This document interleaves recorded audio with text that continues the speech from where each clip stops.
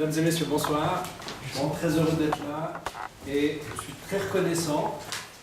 Aujourd'hui, c'est le solstice d'été. En plus, c'est une très belle journée. Il y a vraiment une belle soirée potentiellement. Et vous avez écouté votre sens politique et vous êtes venu ce soir m'écouter parler d'économie. Et je vous jure que vous allez manger du graphique pendant les prochaines 45 minutes qui suivent. Donc, vraiment, merci beaucoup. Bravo à vous. Là, il y a vraiment de l'engagement. Alors, on va essayer de faire ça de la manière la plus ludique possible. En tout cas, je suis très touché. Merci, ça me fait plaisir de vous voir ce soir. J'ai plein de questions à vous poser, mais peut-être qu'on attendra la présentation et tout. J'ai aussi envie de vous connaître, d'apprendre, de vous découvrir. Je trouve formidable qu'il y ait cette volonté de reprendre le destin du canton romain à travers sa constitution. Et puis vraiment, ça, j'ai envie de savoir d'où vous venez, qu'est-ce que vous faites, quelles sont vos envies, et puis ça on verra peut-être pour la prochaine. D'abord, juste une première question, est-ce qu'il y a d'anciens élus, des élus aujourd'hui, niveau communal, niveau cantonal? Oui, conseiller général? Conseil général ACM. Conseiller général, d'accord. Ça fait 12 ans. 12 ans. D'accord, ok, c'est fini maintenant. Conseil général à Montaix entre 2004 et 2008. Ok, excellent. Bravo. Est-ce qu'il y en a d'autres? Non? D'accord. Alors, pour compléter la présentation, moi je suis député depuis l'année passée pour le PNR du district Sion. J'ai aussi été conseiller général à Sion pendant quelques années. La Chambre de commerce et d'industrie que je dirige, pour vous donner quelques mots sur cette association, a été fondée il y a 101 ans maintenant, parce qu'on a été fondé en 1917. On est une association privée, entièrement indépendante de l'État, et financièrement et politiquement, ça c'est extrêmement important. Nous sommes une émanation vraiment de la société civile, en particulier de l'économie, puisque nous sommes financés par les cotisations de nos membres et aussi par différents mandats que nous réalisons pour des clients. Donc à ce titre, on est plus proche d'une PME privée, sans mieux ni mettre, ce qui nous permet justement de défendre les intérêts globaux de l'économie valaisanne. Quand la Chambre a été créée en 1917, et c'était intéressant de se replonger dans les documents de l'époque, en 1917, on sentait la fin de la Première Guerre mondiale arriver.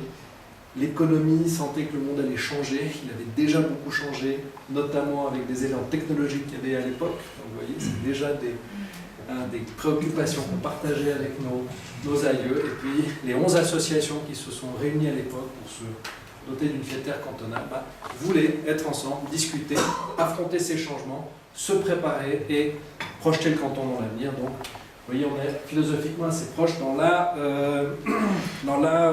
philosophie. Vous m'avez posé une question et pour ça aussi, je suis très reconnaissant parce que c'est des sujets que j'adore. Louise l'a dit tout à l'heure, j'ai un master en sciences politiques, mais en parallèle, j'ai aussi fait une mineure en sciences économiques. Donc j'ai vraiment toujours eu beaucoup d'affection pour les deux domaines.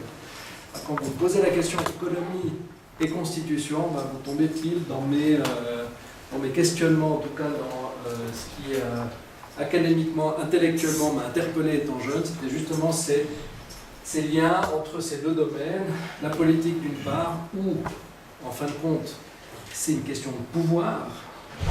Le pouvoir, c'est vraiment, à travers la science politique, toujours le thème récurrent, comment il est distribué, comment il est acquis, comment il est justifié, comment il est exercé. Et par contre, la science économique, ça, c'est plutôt, on se pose la question, en fin de compte, comment on fait nos choix? Comment on fait nos choix de manière individuelle? Comment on fait nos choix au niveau d'une société?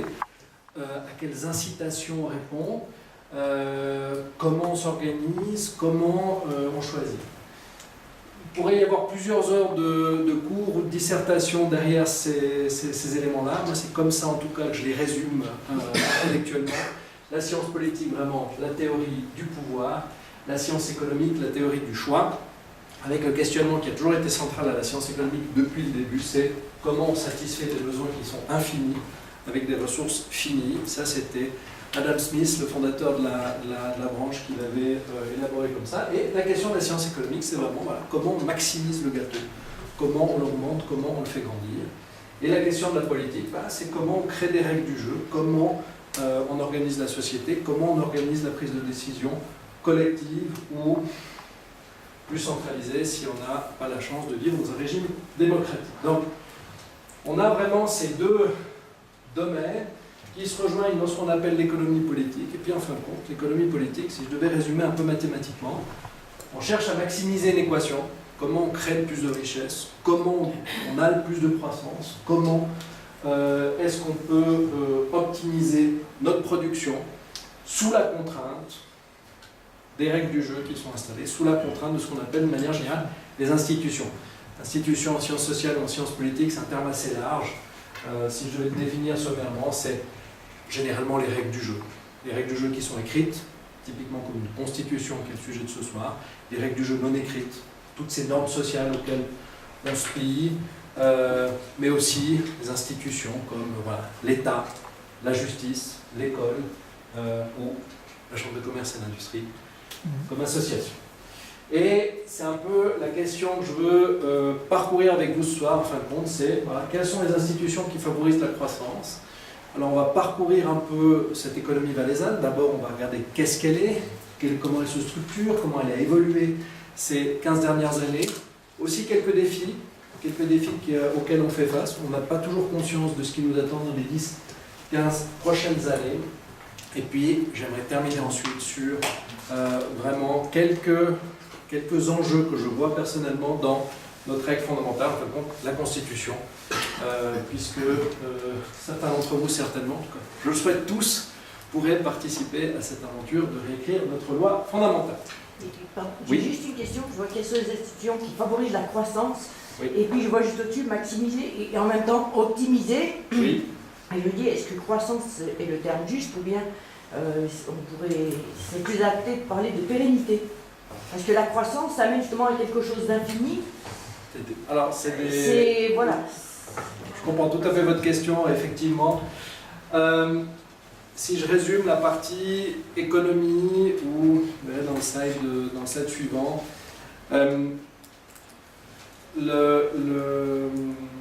c'est un parti pris en fait que je prends, effectivement. Donc, quelles sont les règles du jeu qui permettent d'augmenter ce gâteau, qui permettent de produire, pas nécessairement plus, mais surtout mieux. Après, on peut avoir une discussion effectivement très très longue sur dans quelles conditions la croissance est bonne, comment est-ce qu'il faut la réguler, comment est-ce qu'il faut la réglementer. Là aussi, il y aurait un débat très intéressant à faire.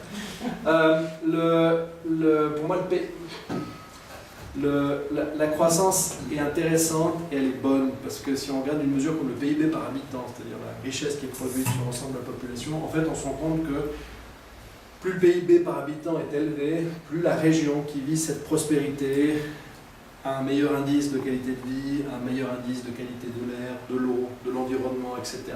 Plus on est développé, plus on est assis sur un stock de capital et puis sur une infrastructure existante, plus on peut, plus on a tendance à mieux gérer ces questions sociales, ces questions environnementales, tout ce qui va autour en fin de compte. Mon point de vue, c'est qu'on fait pas de l'économie pour faire de l'économie, c'est pas très intéressant. C'est pas le pognon en fin de compte qui doit nous guider, c'est plutôt avoir cette prospérité, avoir ce confort qui nous permet de faire autre chose, qui nous permet de regarder les étoiles, qui nous permet d'aller au théâtre, qui nous permet d'écrire une belle pièce, qui nous permet de nous occuper des autres. C'est un peu ça ma philosophie personnelle, et c'est vrai que j'ai tendance à la résumer à la croissance du PIB. Oui. Juste une question pratique. Est-ce qu'on peut obtenir une copie de la présentation à la fin? Bien sûr. Bien sûr, elle a été donnée à Chantal. Oui. Voilà, exactement. Elle sera sur le... Elle sera sur le site. Donc, c'est d'ailleurs, là on retombe un peu dans les statuts de la Chambre de commerce, le statut de la Chambre de commerce qui prévoit qu'on s'implique dans le débat politique quand on a pour un développement harmonieux de l'économie et de la société. Et pour entrer vraiment droit dans le sujet, j'ai fait ce travail il y a quelques années. Bon, j'ai oublié le micro. Si on vous prend tout, c'est Je sais pas. Je vous laisse. Merci.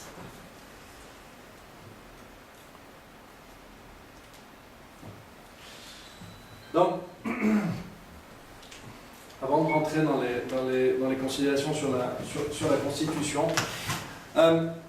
question qu'on s'est posée, je me suis posé à la Chambre de commerce il y a quelques années. À la Chambre de commerce, j'ai une base de membres qui est très très très diverse. J'ai des hôteliers, j'ai de l'industrie chimique, j'ai des fiduciaires, j'ai des banques, j'ai des restaurants, j'ai des paysans, vraiment tout ce qui fait l'économie. Et puis, longtemps je me suis posé la question, en fin de compte, comment je défends l'intérêt d'autant de gens différents et puis comment je m'y prends pour m'occuper d'un monde de membres autant hétérogène. Et puis, un jour, j'ai eu ce déclic et je me suis dit, mais en fin de compte, tous ces gens de tous ces secteurs, en fin de compte, ils sont des entreprises.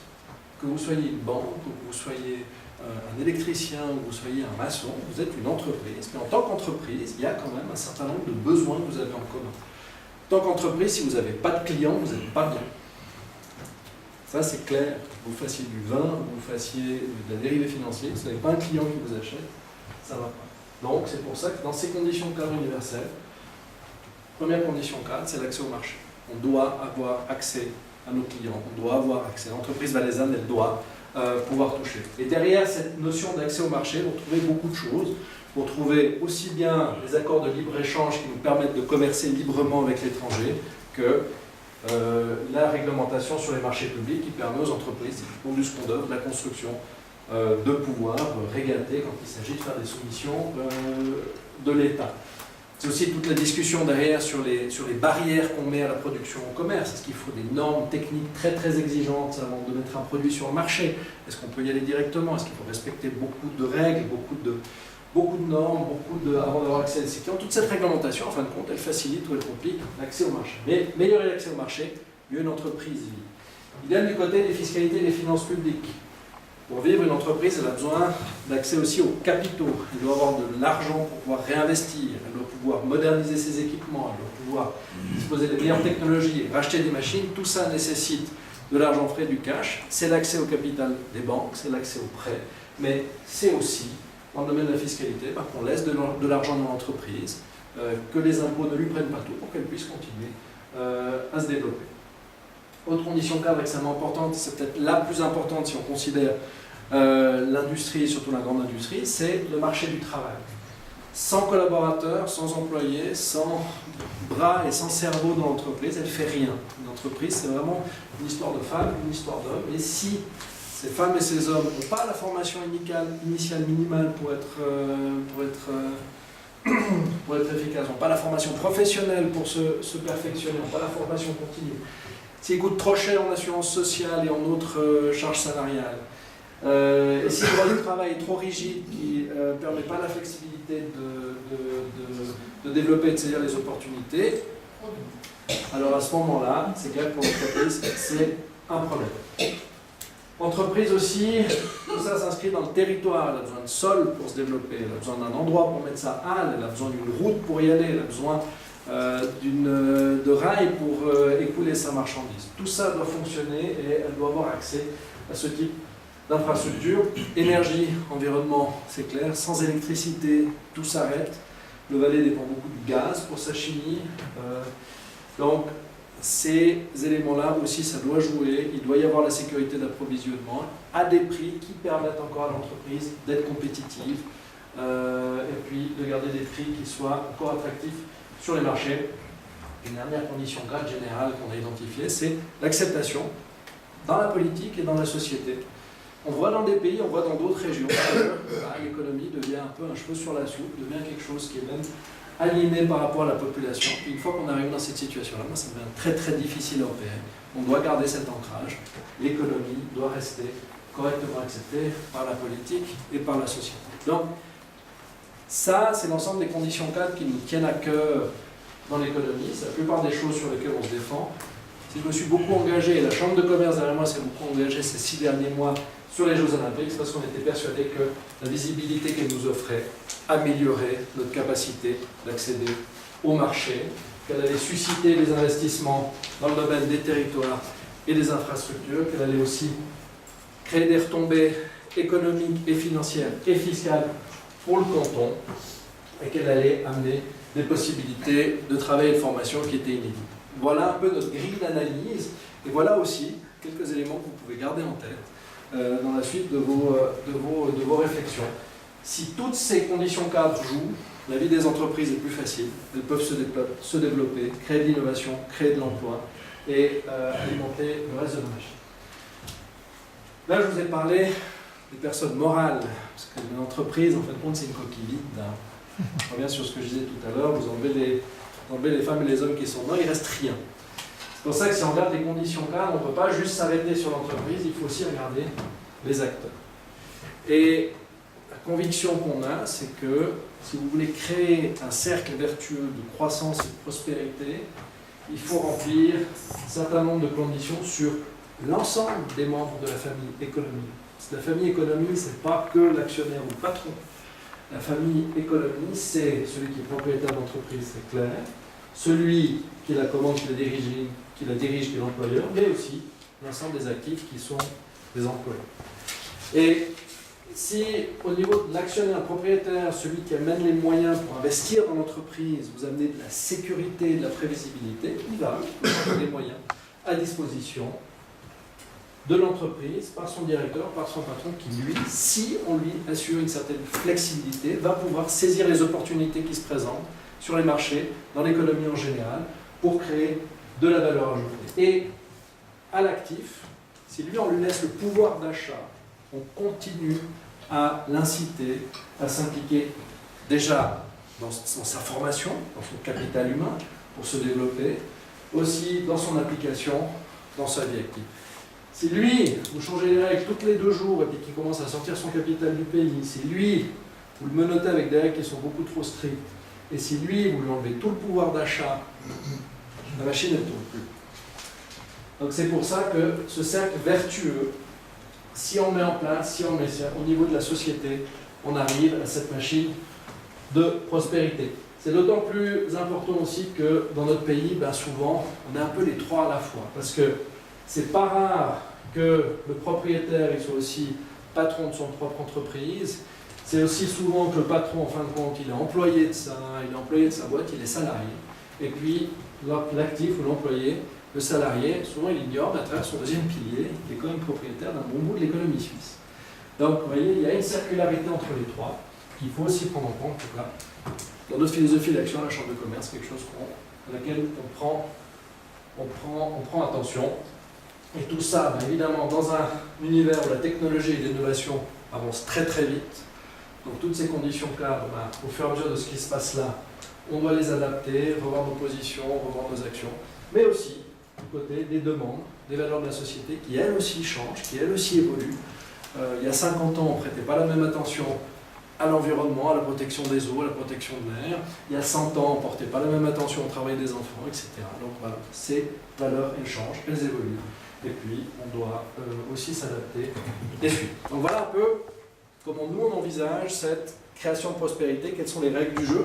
Tout n'est pas réglé dans une constitution, évidemment. La constitution fixe des principes qui sont beaucoup plus généraux, mais voilà, comme première approche, certaines choses sont réglées dans des accords internationaux, certaines sont réglées au niveau fédéral, d'autres sont beaucoup plus proches de nous, d'autres sont au niveau cantonal, certaines au niveau communal, certaines sont à plusieurs niveaux, dans des lois, dans des règlements. Mais voilà, c'est un peu l'ensemble du... c'est un peu encore une fois, notre guide d'action. Alors, cette économie valaisanne, qu'est-elle?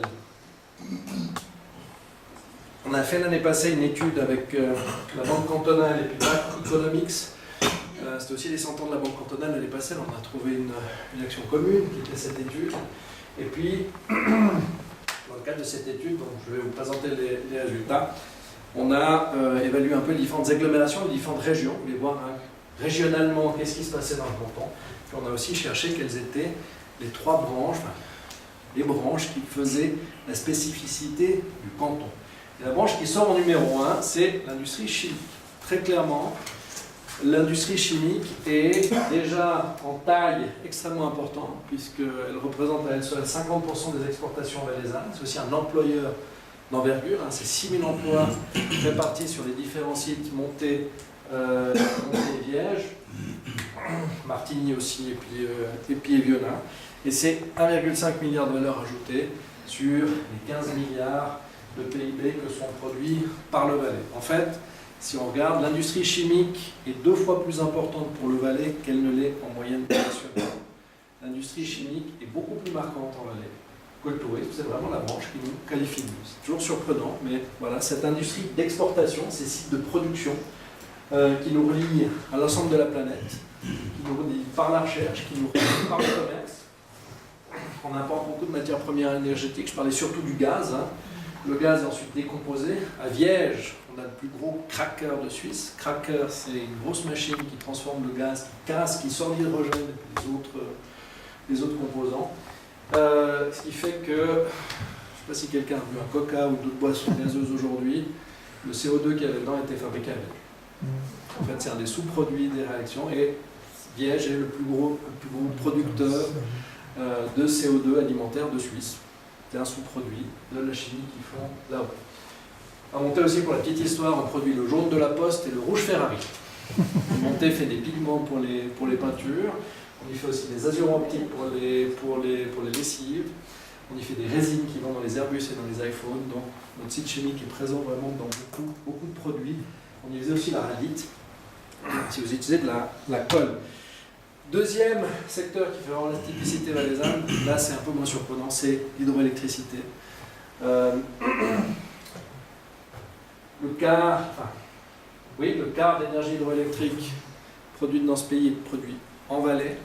Quand Nandrans sera branché, ce sera même 40% de l'énergie hydroélectrique dans l'ensemble du pays. Je peux vous dire, on mangeait aujourd'hui avec, ce matin je siégeais avec la commission économie et énergie du Grand Conseil, on a reçu les dirigeants de Swissgrid. Swissgrid, c'est l'entreprise qui gère ceux qui veulent redécorer un peu la distribution. le sud de la plaine du Rhône. Swissgrid nous disait le Valais est un partenaire capital. C'est vraiment, on ne peut pas faire sans vous. Vous êtes vraiment, surtout dans la stratégie énergétique 2050. Il y a vraiment il y a quand même 10 des 62 TWh consommés en Suisse sont fabriqués ici, en Valais, par nos barrages. Et le troisième, évidemment, moins surprenant, c'est le tourisme. Le tourisme qui génère 4,5 millions de nuitées par année, qui reste un secteur quand même dominant de notre économie. Il a perdu en importance ces dernières années. Il a perdu en importance notamment grâce au succès de l'industrie, mais aussi des services. Tertiarisé, il a vu la taille de son industrie augmenter. On a des rares cantons où la taille de l'industrie a progressé dans ce pays, ça il faut aussi le voir. On a dépassé Bâle, ça c'est nouveau, surtout la chimie. Mais voilà le tourisme qui reste avec, là aussi, l'industrie d'exportation, puisque un autre sur deux provient de l'étranger, essentiellement de ce qu'on appelle les marchés proches, c'est-à-dire l'Europe de l'Ouest. Mais c'est quand même encore 10% du PIB valaisan quand on a compté tous les effets. Peut-être aussi une approche plus régionale, ça c'était aussi un boulot un résultat assez intéressant de ce qui est sorti. On a regardé les agglomérations. Les agglomérations au sens de l'Office fédéral de la statistique. Hein. C'est un peu la nouvelle mode en Suisse, on parle des agglos, etc. Donc on s'est posé la question, ben voilà. Nos agglos, Monté, Martigny, Sion, Sierre, Brigue, de quoi sont-ils faits? Et puis qu'est-ce qu'elles représentent? Alors on a un canton qui est assez diversifié, parce qu'on a des sites industriels forts, autour de Monté, autour de Sierre, hein, c'est évidemment toute la métallurgie qui se trouve ici, et puis Brigue-Liège, avec là aussi la Lonza, mais aussi la logistique, SBB Cargo, qui s'est implanté là il y a quelques années, qui est devenu un gros partenaire. Ensuite, on a deux villes qui sont plutôt orientées services, c'est Sion et Martigny. Sion et Martigny, fortement orientées finance. Martigny, c'est clair, il y a tout le groupe mutuel. Mais autour du groupe mutuel, c'est développer tout un écosystème de services aux entreprises. C'est des fiduciaires, c'est des entreprises de communication, c'est des entreprises de placement, de ressources humaines, de conseil. Donc là, il y a vraiment tout un écosystème qui s'est créé. Et puis à Sion, on a la finance, surtout avec la banque cantonale, mais aussi avec le groupe mutuel qui est venu s'installer, plus tout ce qui se passe autour, et puis le domaine de l'énergie, puisqu'à Sion, vous retrouvez les forces motrices valaisannes, l'ESR qui est devenu un gros distributeur régional, d'autres. Donc on a une économie valaisanne qui tourne sur plusieurs moteurs, qui tourne sur des moteurs qui sont privés, comme à Monté, à Martigny, qui sont privés publics, comme on trouve à Sion et à Brigue, parce qu'un autre acteur important économique à Sion, c'est évidemment l'administration cantonale. Ici, un acteur public important, c'est la monnaie, c'est la HES. Et puis, à Brigue-Liège, il y a le domaine de la logistique, SBB Cargo, je disais tout à l'heure, qui est une entreprise plutôt détenue par public. Donc, voilà, on a une économie qui est diversifiée, qui est assez sûre, qui a plusieurs piliers. Et ça, c'est intéressant. Ensuite, deuxième chose qui est remarquable dans ce qu'on a trouvé, c'est que, vous voyez, en bleu clair, on a cette poignée de communes qui sont au cœur des agglomérations, puis en bleu foncé, on a ce qu'on a appelé le Valais non urbain. en allemand, nicht urbanes Wallis. Je crois que j'ai trouvé une traduction un peu plus sympa en français. Le Valais hors agglomération, voilà, pour le dire comme ça. Et c'est là qu'on voit aussi, et c'est peut-être des éléments qui expliquent ce qui s'est passé il y a 2 semaines, on voit aussi un glissement très très fort de la montagne vers la plaine, en particulier les villes. Si on regarde ici la répartition du PIB, cette poignée de communes dans ces 5 agglomérations génère 2/3 de la richesse de ce canton. Et le reste, le petit tiers, est réparti sur l'ensemble du reste du territoire. Et c'est d'autant plus remarquable que si cette partie-là en rouge, c'est 1/3 de la richesse produite, ça reste quand même 55 à 60% de la population. Vous voyez, il y a un vrai déplacement des centres de gravité du canton, de la montagne vers la plaine, qui concentre, à défaut de la population en tout cas, qui concentre la production de richesse et puis les entreprises. Juste un petit mot pour montrer aussi ce Valais qui s'ouvre, qui se métisse. Alors il n'a pas attendu l'arrivée du poli. Toutes les images que je vous montre, c'est des images qui sont tirées de la brochure qu'on a réalisée pour les 100 ans de la Chambre l'année passée. Donc ça, c'est pas une pub Benetton qu'on a copée sur Internet. Ça, c'est vraiment, les 4 là, ils existent. Et les 4 là sont des chercheurs qui sont installés à Sion à l'EPFL, 100 nombre de chercheurs, 32 nationalités. Je pense que là, on a vraiment, pour parler en anglais, un game changer avec ce poli qui s'est installé. C'est une telle ouverture sur le reste du monde que ça va certainement laisser une marque importante dans le développement du Valais. Évidemment, les 4 là ne sont pas suisses. J'ai les noms, évidemment, on a les listes. Les listes sur tout le monde. Non, on a les noms dans cette brochure, je vous invite à la consulter une fois sur notre site internet. Peut-être maintenant, les graphiques que je vous ai promis depuis tout à l'heure. La dynamique économique de ces, pour sortir de la structure, pour maintenant parler plutôt de conjoncture, la dynamique économique de ces 15 dernières années était plutôt pas mal en fait. Le Valais, c'est la courbe rouge. Là, on a regardé la croissance du PIB réel, donc vraiment comment la production de richesse a évolué, puis le Valais est la région qui a le plus évolué. Là, dans ce graphique, on la compare avec les autres régions de montagne suisses, hein, les Grisons notamment, qui sont en jaune, avec la moyenne suisse. Vous voyez, on a même une croissance plus rapide que la moyenne suisse ces 10 dernières années, ce qui était quand même pas mal. En vert, vous avez les régions de montagne italiennes, Val d'Aoste, Verbagno-Cusco, Solane, limitrophes, donc elles ont plutôt vécu une décennie difficile, sont plutôt contractées. Et puis la Haute-Savoie et la moyenne des régions de montagne françaises en bleu, qui elles ont plutôt tendance à stagner. Donc une performance économique ces dernières années, qui est quand même remarquable. Pour moi, c'est un peu une surprise. C'était des années, en tout cas depuis 2011, où on voit le fléchissement de Francfort, c'était la loi sur la résidence secondaire, c'était beaucoup de questionnements autour de tout ça, et puis pour finir, en fait, la croissance en général s'est plutôt bien tenue. S'il vous plaît. Oui. Mais en fait, on n'arrête pas de nous dire que c'est la catastrophe. et que ça va pas, que neige, enfin, que la latte c'était une catastrophe et tout. Et en fait, on a une meilleure croissance que la Suisse. Enfin, franchement, je suis vachement surprise de ça. J'aimerais bien savoir par rapport à Zurich et d'autres cantons. Laissez-moi vous raconter toute l'histoire. Ouais, parce que. J'ai pas fini. On n'a pas fini. C'est comme le premier graphique. Vous allez comprendre.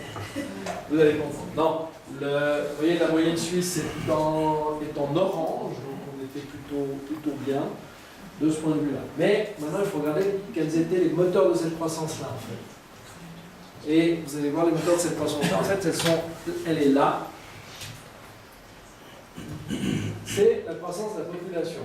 Là aussi, la courbe valaisanne monte très très haut, très très fort. Le Valais a beaucoup attiré de population. Ce qui fait que l'essentiel de notre croissance, ce n'était pas un gain de croissance qualitatif dans le sens où on produisait mieux avec ce qu'on avait, c'est plutôt un gain de croissance quantitatif où on a plus de monde qui vient, c'est plus de consommateurs, c'est plus de demandes et ça tire l'économie vers le haut. Donc on a vraiment, le moteur principal, c'était ça. Excusez-moi. Oui. Est-ce que vous avez des statistiques sur la répartition de cette augmentation de croissance de la population? C'est-à-dire C'est-à-dire, ce qui m'intéressait à savoir, c'est si on a fait plus d'enfants, si on a plus d'étrangers, si on a plus de confédérés, si on a plus de réfugiés, si on a plus de travailleurs, si on a plus de chercheurs.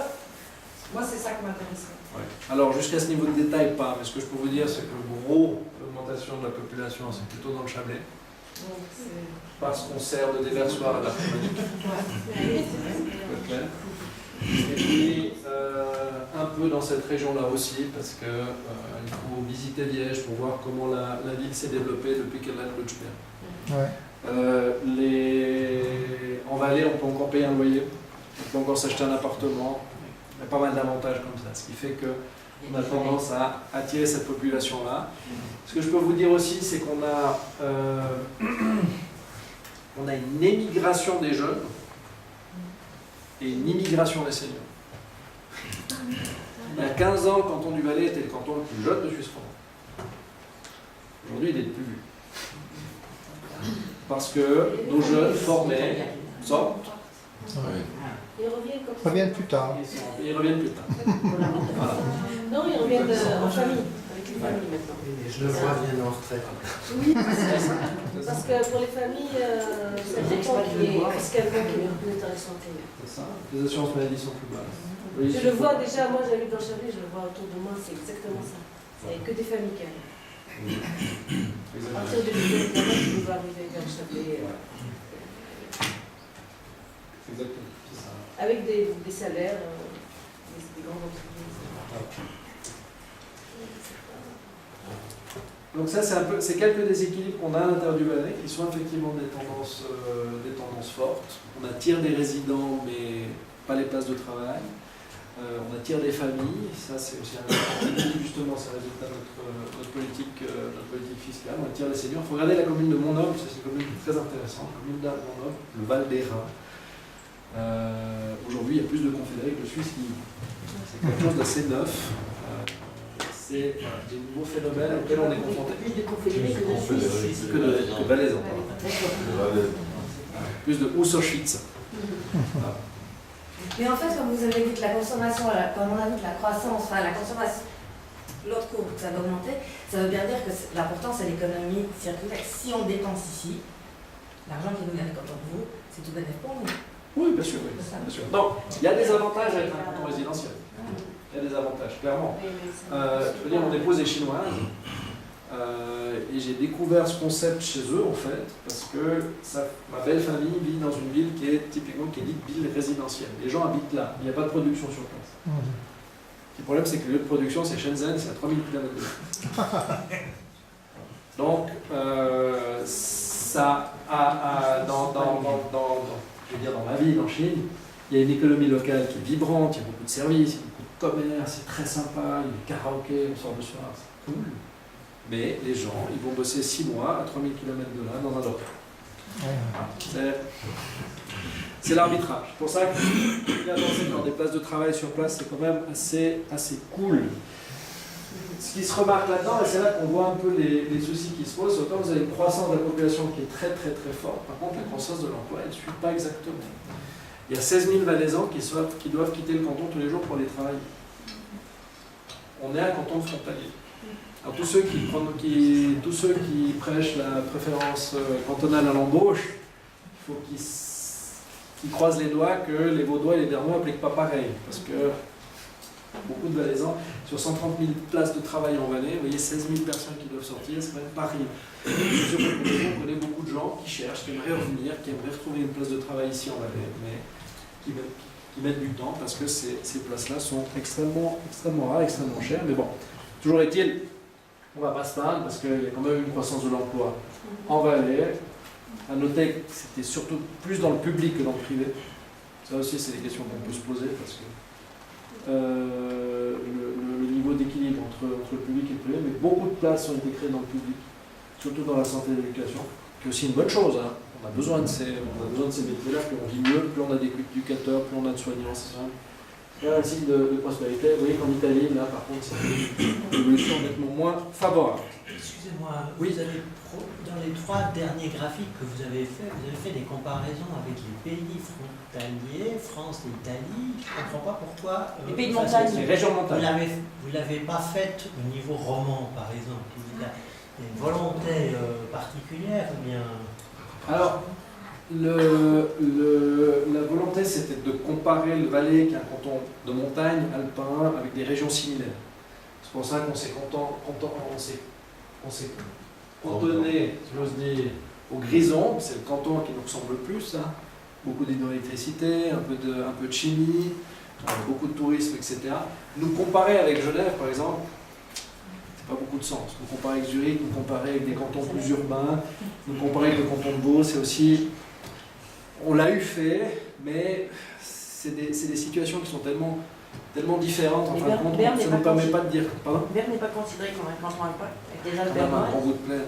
On aurait pu regarder que le côté Berne. Mais voilà, c'était un parti pris de méthodologie. En fin de compte, on fait les régions de montagne sont directement limitrophes autour de nous. Et puis, voilà. Il y a le PIB. Les banques cantonales romandes font une étude sur les PIB cantonaux romands. Oui, tout à fait. Déjà.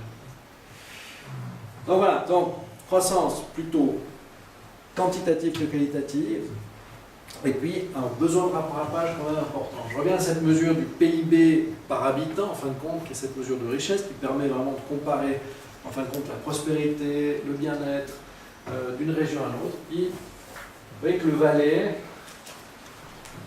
se classe loin derrière la Suisse, mais juste derrière l'Europe de l'Ouest. Moi, ce qui m'a surpris, c'est qu'on était derrière le Val d'Aoste, et puis aussi derrière les Grilles. Donc là, on a quand même un besoin de croissance, on a besoin de rattrapage, qui fait que cette croissance, c'est quand même pas du luxe, et puis on doit y aller. Vraiment, cette mesure du PIB nominal par habitant, elle corrèle avec beaucoup d'autres quantités, beaucoup d'autres indices, et d'où l'attachement à cette valeur qui est que le Valais. Voilà.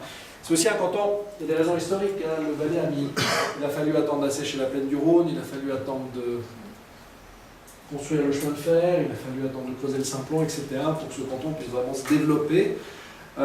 Et déjà à l'interne, il faut imaginer, on reviendra sur ce thème après, mais il faut imaginer, quand la plaine du Rhône était encore inondée, que les communications n'étaient pas faciles, il fallait une semaine pour monter à Zermatt de Puission. Donc les communications d'une vallée à l'autre n'étaient pas ce qu'on connaît aujourd'hui, où en fin de compte, en une demi-heure, on passe du Val d'Airain au Val des Milliers, ou même plus loin. Donc, on a une centaine d'années de retard, de rattrapage à faire, parce que voilà, notre canton s'est industrialisé avec une centaine d'années, ou un peu moins de décalage.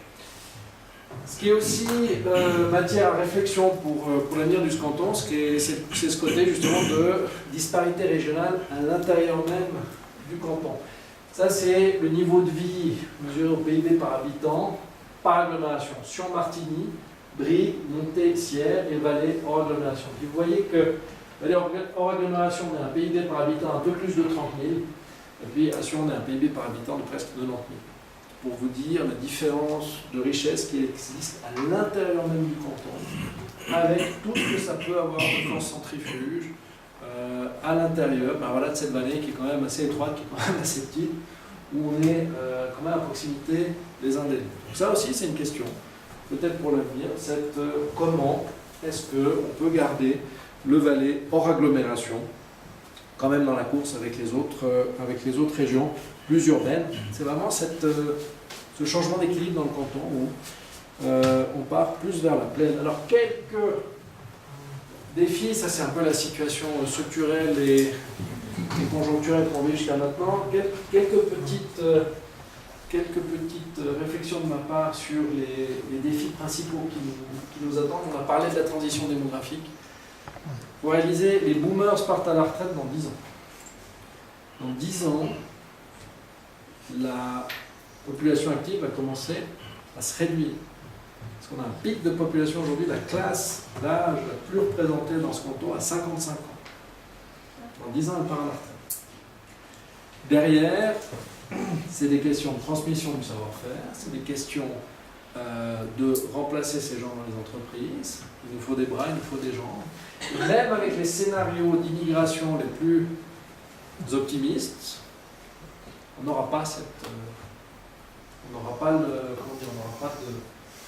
on ne compensera pas leur départ à la retraite. En disant on n'aura pas un problème de chômage dans ce canton, on aura un problème de retrouver les bonnes personnes pour aller dans les entreprises. N'imaginez pas les efforts que font des entreprises comme Lonza ou d'autres dans la chimie pour former des laborantins, des polymécaniciens, des ouvriers qualifiés qui pourront remplacer la génération qui va partir à la retraite. Ça, c'est un immense défi qu'on doit absolument relever. Non seulement dans ce côté de production, comment on va continuer à assurer notre prospérité avec moins de personnes dans le circuit de production, mais aussi comment est-ce qu'on va s'occuper de cette génération qui part à la retraite. Ils sont très nombreux, nous derrière, on n'est quand même pas autant. Il va falloir leur assurer la qualité de vie pour laquelle ils ont cotisé toute leur vie. Donc ça aussi, c'est des questions qu'il faut se poser. Est-ce que ce sera une tâche qu'on devra laisser au service public? Est-ce que c'est une tâche qu'on pourra confier au marché? Ça, typiquement, c'est des questions qu'il faudra avoir le courage de se poser dans les années qui viennent. Si on a moins de travailleurs, il faut augmenter leur productivité si on veut garder le même niveau de vie. Ça aussi, c'est des questions à se poser. Je fais le lien entre cette question de productivité avec la politique fiscale. De nouveau, ce n'est pas une question qui sera tranchée dans une constitution, mais que vous sachiez un peu ces éléments-là. Aujourd'hui, en Valais, on a le meilleur taux d'imposition sur le bénéfice tant que vous ne dépassez pas 150 000 francs. Pour 150 000 premiers francs de bénéfice, c'est le deuxième meilleur taux de Suisse. Par contre, si vous avez le malheur de mieux gagner et faire plus de bénéfices, là, c'est le pire taux d'imposition. On est à 12% sur le palier inférieur à 150 000, on est à 23% sur le palier supérieur. On est le pire. Et c'est pareil pour l'impôt sur le capital. C'est les deux gros impôts que payent les entreprises. L'impôt sur le capital, là, même le palier inférieur, il n'est pas favorable. Les deux paliers sont mauvais. Vous savez, en économie, on dit si vous ne voulez pas de quelque chose, il faut le taxer. Et si vous voulez de quelque chose, il faut le subventionner. Donc, avec un impôt très fort sur les bénéfices élevés, qu'est-ce qu'on fait? On taxe l'efficacité et le succès. C'est pas terrible comme politique économique. Et avec l'impôt sur le capital le plus élevé, le capital c'est quoi? Le capital c'est les machines. Le capital de plus en plus c'est les parcs informatiques, c'est la technologie. On taxe la technologie, on taxe le succès dans ce canton. Et ça, c'est des choses qu'on devrait corriger. Parce que ça n'aide pas ces gains en productivité qui seraient nécessaires pour pour faire notre rattrapage sur le reste de la Suisse. Côté hydroélectricité aussi, les questions reviennent toujours. Les redevances hydrauliques. Redevances hydrauliques, c'est ce que les compagnies électriques reversent. Chaque litre qui est turbiné est acheté en fait aux communes qui sont concédantes, aux communes chez qui il y a. C'est 200 millions qui sont distribués en Valais chaque année. 200 millions, c'est quand même pas rien. 2 tiers aux communes, 1 tiers au canton. Et ça, chaque fois, c'est des questions qui reviennent. Évidemment, les entreprises électriques aimeraient bien payer leurs matières premières moins chères, elles aimeraient acheter ce litre d'eau moins. Maintenant, ils nous disent, mais c'est pour... on ne veut plus faire d'atomes, on ne veut plus faire de CO2, donc économisons sur l'eau. Voilà. Donc ça, c'est un peu les dangers aujourd'hui de la discussion. Quelque chose qui est extrêmement important, c'est ces côtés transport et communication. Je vous ai parlé tout à l'heure de tous ces Valaisans qui doivent penduler leur canton. Il y a une autre chose que je peux vous dire. Donc, le marché du travail du Valais, c'est pas que le Valais. Le marché du travail des salariés valaisans, c'est au moins la Suisse romande, un peu la Suisse alémanique. Mais c'est vrai aussi pour les entreprises. Je connais quasiment plus d'entreprises aujourd'hui dont la clientèle est exclusivement valaisanne. Toutes les entreprises, que vous soyez nouveau, même dans des métiers traditionnels, de menuiserie, d'ébénisterie, de vin, sans rentrer après encore dans des métiers plus spécifiques de finance, de services, etc. Toutes les entreprises que je connais ont un portefeuille de clients qui va au moins jusqu'à Genève, jusqu'à Yverdon, jusqu'à Fribourg. Donc, ces questions de transport et de communication, elles sont hyper importantes. Ce sera une des conditions cadres les plus précieuses dans les années qui viennent. On doit pouvoir rentrer et sortir de ce canton. On doit pouvoir communiquer, parler, s'échanger des informations, de la donnée le plus rapidement et le plus fiablement possible. Il en va de conserver nos marchés. Politique fiscale et financière, juste un dernier mot. Il y a 10 ans, le budget de l'État du Valais, c'était 2 milliards de francs par année. 10 ans plus tard, ça a passé la barre des 3,4 milliards. Donc en 10 ans, on a rajouté 1,5 milliard de dépenses publiques par année au budget de l'État. À quel point c'est durable, je ne sais pas. Ce que je peux vous dire, c'est que l'année passée, c'est la première année où... Parce que le budget de l'État, c'est 3,4 milliards. Mais il y a 2 milliards qui viennent de la Confédération et des communes. En fait, l'année passée, on s'est retrouvé pour la première fois l'État du Valais dans la situation où, en fait, avec son assise fiscale propre qui est de 1,1 milliard, il n'avait plus assez pour payer ses salaires. Aujourd'hui, l'État du Valais n'a même pas la ressource financière pour payer les salaires de son appareil d'État. Notre État dépend directement, en tout cas pour ses salaires, d'autres niveaux, niveau suisse, niveau communal. Donc voilà un peu quelques-uns des défis qui nous attendent. Un autre défi qui nous attend, dans lequel vous êtes actifs, c'est le défi digital. On vit une révolution numérique qui va laisser beaucoup de traces. On vit une révolution numérique qui, si on ne sait pas comment servir d'un ordinateur, si on ne sait pas programmer, si on ne sait pas ce que c'est qu'une intelligence artificielle, sociale ou big data, franchement, on ne sera pas bien. Donc, c'est vraiment une situation qui risque de créer là de nouveau des disparités, là de nouveau des laissés pour compte, des laissés sur le côté si on n'est pas attentif. Vous n'arrivez pas à lire, c'est beaucoup trop petit, mais ça c'est une enquête qu'on a fait auprès de nos membres l'année passée. Toutes les entreprises valaisannes, 2 tiers des entreprises valaisannes voient vraiment la digitalisation comme une chance, vont mettre quelque chose en œuvre. Et puis, alors, la bonne nouvelle, c'est que 1 sur 2, elle pense qu'il n'y aura pas d'impact sur ses effectifs. Il y a quand même un quart qui pense que ça conduira à des réductions d'effectifs. Donc ça aussi, au niveau de la relation à l'emploi, au monde du travail, à la solidarité, ça aussi un certain nombre de conséquences. Alors, voilà, là j'ai parlé surtout...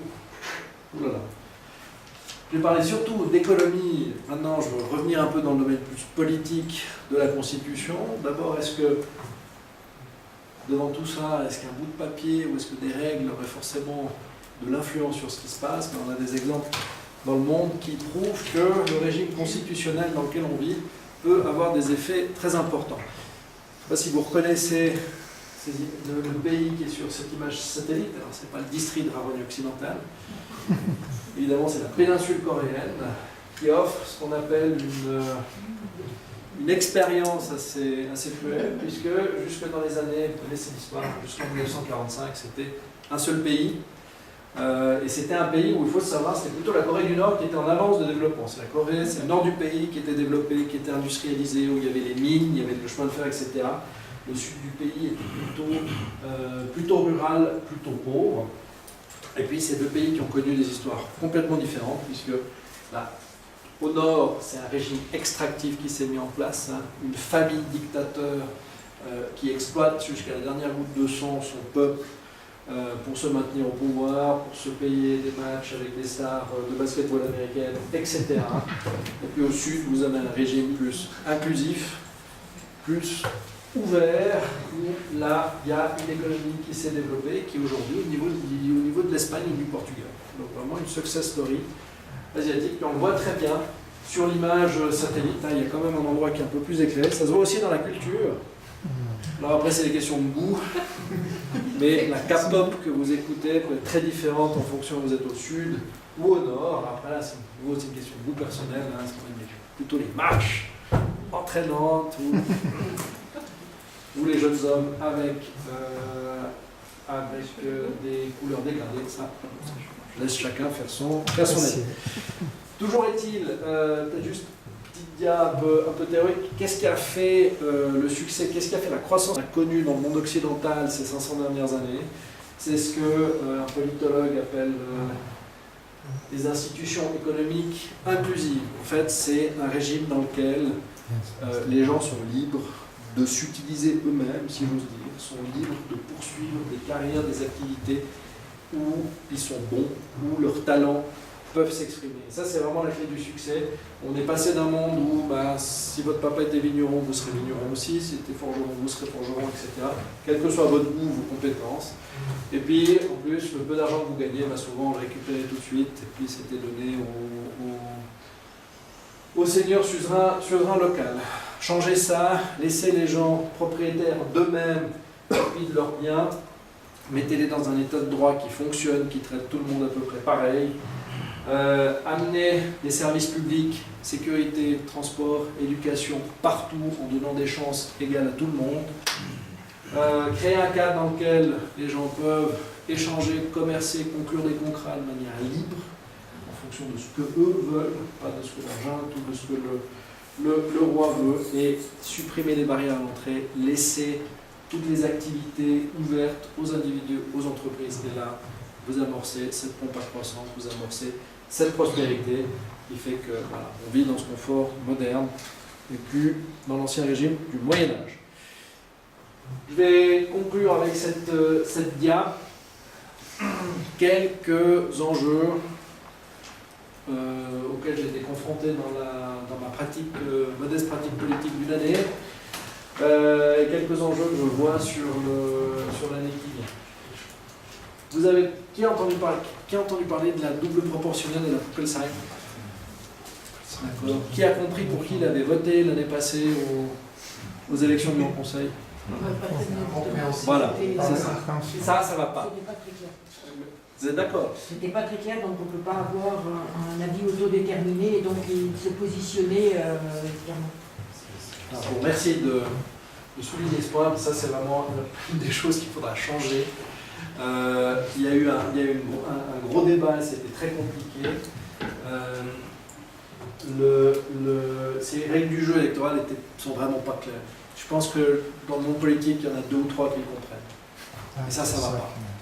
Une bonne institution, une institution qui peut être appliquée par tous, et une institution qui est comprise par tous. Oui, monsieur. Juste pour dire que la double proportionnelle fait en sorte qu'on élit des gens qu'on n'a pas choisis. Voilà. C'est un paradoxe de ce système, mais on a vu des exemples Lors des dernières votations, une démonstration mathématique de cette chose incroyable. Voilà, exactement. Et ça, c'est quelque chose. La seule chose, la seule raison pour laquelle on a été jusqu'à des raffinements mathématiques du double proportionnel à la Pupelsheim, c'est qu'on ne voulait pas tuer le district. On ne voulait pas tuer le district. Le district, dans la vie politique valaisanne, a une faculté de survie, une résilience, une résistance qui est absolument phénoménale. Parce que tout est basé sur le district dans notre politique cantonale. Tout. Je suis un élu du district Sion, personnellement. Je dois des réponses aux gens qui m'ont élu. Et ce sont les gens du district Sion. Est-ce que je défends vraiment l'intérêt du canton dans ça? Alors je sais bien que c'est écrit dans le règlement du Grand Conseil et dans la loi que je dois défendre l'intérêt du canton en tant qu'élu, mais 260 collègues députés aussi, et suppléants. Mais le fait est, la réalité, c'est que dans 4 ans, si je veux être élu, je dois avoir apporté des réponses ou quelque chose à mes électeurs du district. Voilà. Et cette logique est poussée tellement loin, puis elle est tellement ancienne. Je vous rappelle ce que je disais tout à l'heure, hein. On vient d'un canton où les communications d'un endroit à l'autre étaient très compliquées, donc cet ancrage local, ces chefs-lieux par district avaient vraiment un rôle important. Mais aujourd'hui, avec l'autoroute, en tout cas jusqu'à Sierre, c'est une autre question. Mais ça fait que, voilà, on vit un peu dans un autre monde, mais les habitudes politiques sont telles, chaque parti est organisé avec des sections par district, des sections communales qui répondent au district, etc.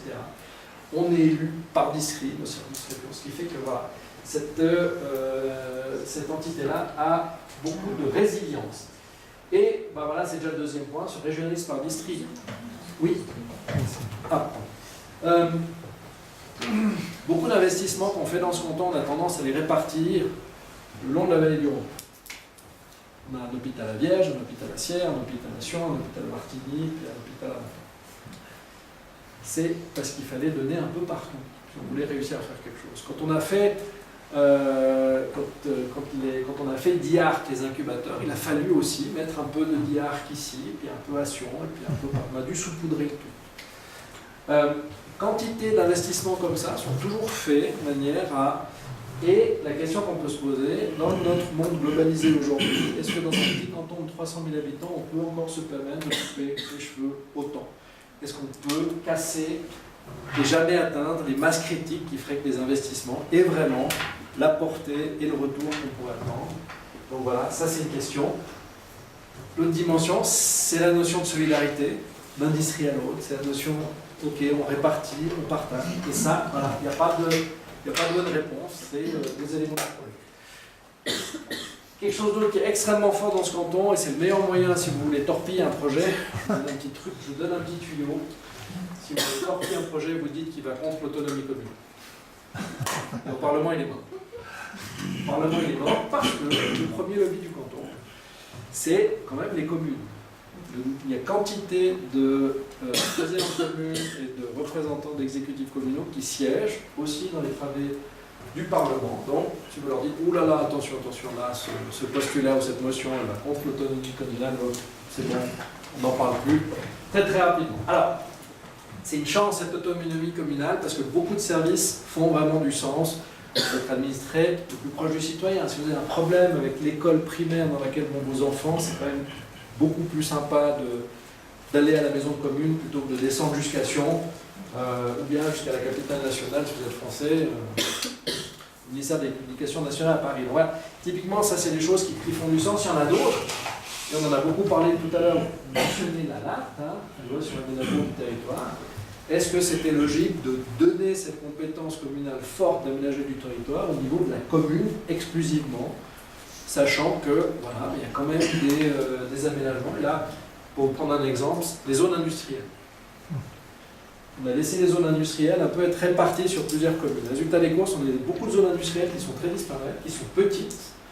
Et dans la grande industrie, j'entends souvent, mais il n'y a pas la place de faire un grand équipement avec, par exemple, une gare de triage ou un autre équipement centralisé qui en vaudrait la peine parce que ces zones sont trop étriquées. Donc, typiquement, voilà, ça c'est le genre de problème de coordination auquel on aboutit si on n'active pas correctement ces leviers d'autonomie communale. Mais ça aussi, voilà, ça c'est une grosse question constitutionnelle qui sera extrêmement importante à trancher dans les travaux. Oui. Et là, vous parlez des communes municipales, hein. Il y a encore la bourgeoisie aussi. Alors, ça c'est un bon exemple. Je parlais de la propriété tout à l'heure. Propriété des eaux. Un jour, on a décidé que le sous-sol appartenait à la commune et plus à la bourgeoisie. Allez expliquer aux bourgeoisies qu'il y avait des sources. Elles ont perdu de l'argent.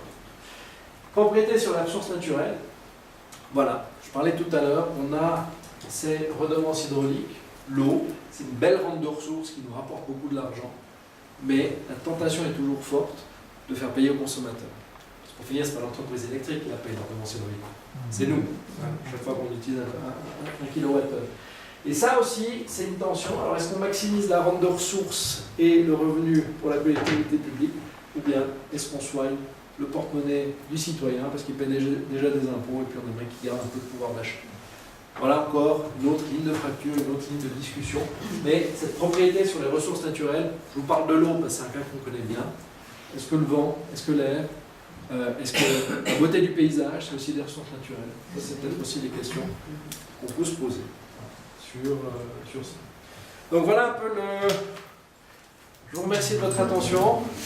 On finit avec monsieur, une belle vue sur le Val d'Anivier, qui était pris en 1945. Il vient de changer son toit, c'est pour ça qu'il rayonne de joie. Enfin, pour un annivière, je crois que ça s'est rayonné de joie. Voilà, je vous remercie de votre attention et puis volontiers toutes vos questions ou bien à l'apéro avec plaisir. Merci.